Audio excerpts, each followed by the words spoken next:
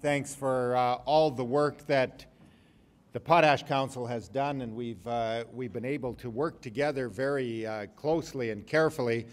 And I'm very, very happy that Ken Newman and Leo Gerard are here today. Thank you very much. It just shows how important this meeting is, and obviously the work that the steelworkers do right across the country, and in fact internationally, the leadership that you show in making the quality of life for workers, the safety, the standard of living, all of those things that sometimes I think we take for granted with our union leadership. I just want to congratulate you all, and Steve, for your work.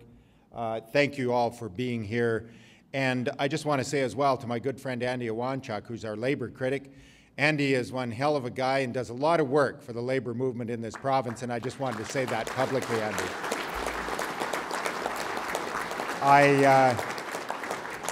I'm going to ramble around a little bit here today, but I do want to talk about potash and about the economy, the way I think the economy should operate, but I do want to talk a little bit about political action as well.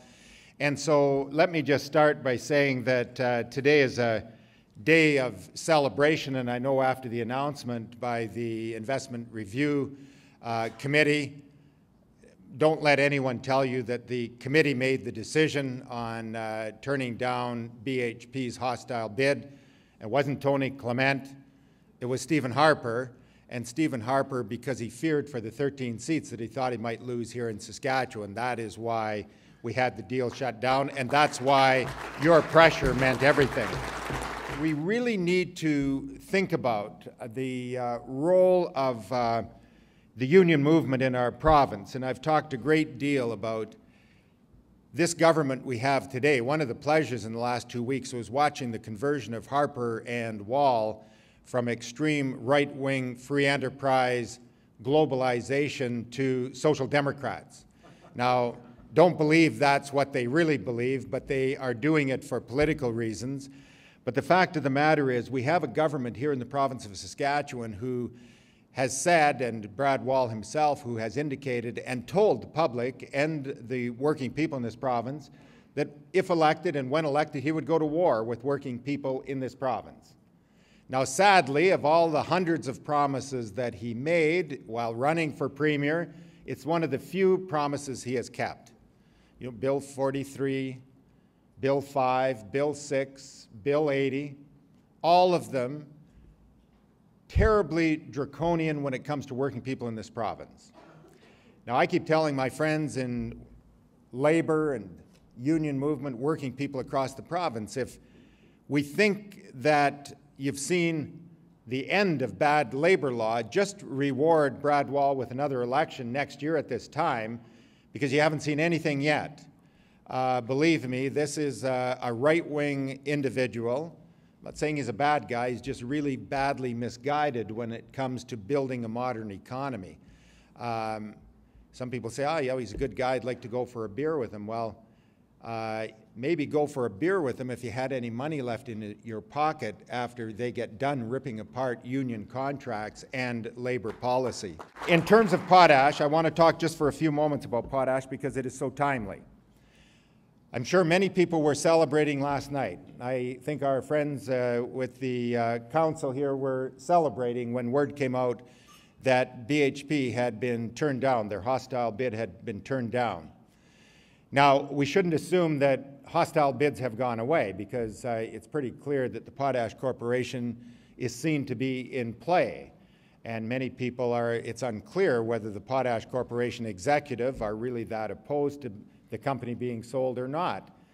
I mean, and I don't know Bill Doyle or how he thinks, but if I had $500 million worth of share options, I might be thinking about an exit strategy and taking my $500 million. And remember, this is only his share option. This isn't his pension, his bonus, or his salary. This is just share options.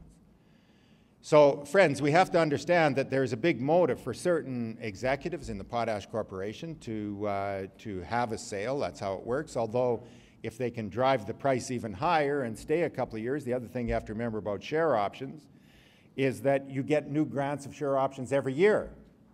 So if the team stays there for 5 years, they get their $500 million, and they've got another $500 million waiting for them. That's how share options work. And my friends in Calgary who, in the executive of oil companies, they say, how the hell do you get a job like that? In Calgary, if you're in an oil company and your share options are 5 or 6 million when you get finished, you think you've won a pretty good prize. They have never heard of anyone having $500 million. Say, how do you do it in Saskatchewan? How do you arrive, and how do you have so much money in that corporation that the board of directors can assign $500 million to one individual? Now, I say to the press today, when they say, why are you insisting that the royalties be raised for potash in Saskatchewan? I said the share options of the CEO are the barometer. If they've got enough money slopping around at the board table that one individual can get $500 million, then I know damn well as CEO of Saskatchewan, as the Premier, I could take quite a bit more in royalties, because otherwise his share options would be not $500 million, but he might be able to struggle along on $10 million. Not sure, but I think in addition to his salary and his pension and his bonus, $10 million in share options might be enough. But I'll tell you, $500 million borders on being ridiculous and makes us look like a backward operating province when we leave that much money with one individual. And we need to correct that. Even if the CEO had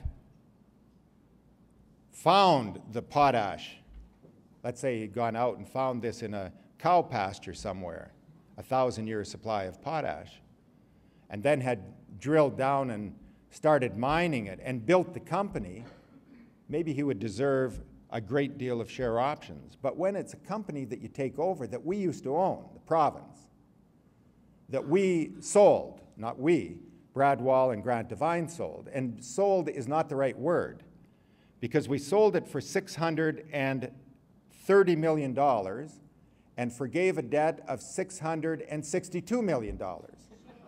So we gave it away and a check for $32 million. That was the deal that Brad Wall and Grant Dwain, now Brad Wall's Captain Canada. He's going to protect your potash. Some people believe it. That's the sad part, and that's where we have to get our message out. We gave away, plus $32 million, the very company that now is worth $40 billion. Now, that's another reason that the company does very well. If somebody gave me a company that had a 1,000-year supply of potash, the mines were already there, the workers were there. I don't think Bill Doyle does a lot of the mining. I think those workers are probably here in our community. But the key is we gave that away, and we need to correct some of that. We need a major review of the royalty system. We today, this debate isn't over. The debate on potash is only starting. And again, we said in question period and to the press today, in a statement we made, we should now be bargaining like hell with the Potash Corporation of Saskatchewan. It's now our opening. We all defended the Potash Corporation against BHP. The question is today, what are they doing in Chicago to reward the people of Saskatchewan for our defense against the hostile takeover? Here's my idea. They made a commitment of 7-point plan, included head office, a number of other things dealing with community involvement, Aboriginal employment, a commitment to expand. We need that in writing. And I said to Brad today, you should be down there demanding and getting in writing the 7-point commitment. Now that is just what they offered to us. If you're in negotiations, Leo, you don't just take what's offered, you have another list. You say, okay, you've offered us that, but I want in addition to that an earned interest in the company. It could be 5%, but some earned interest because of the work we did as people defending the Potash Corporation. Is 5% the right number? I don't know, but I think we can bargain hard with the Potash Corporation for an earned interest. We should be getting positions on the board of directors. We should have at least 2 board members appointed by the province of Saskatchewan, and we should have a golden share that said we had veto power over strategic decisions made by the company.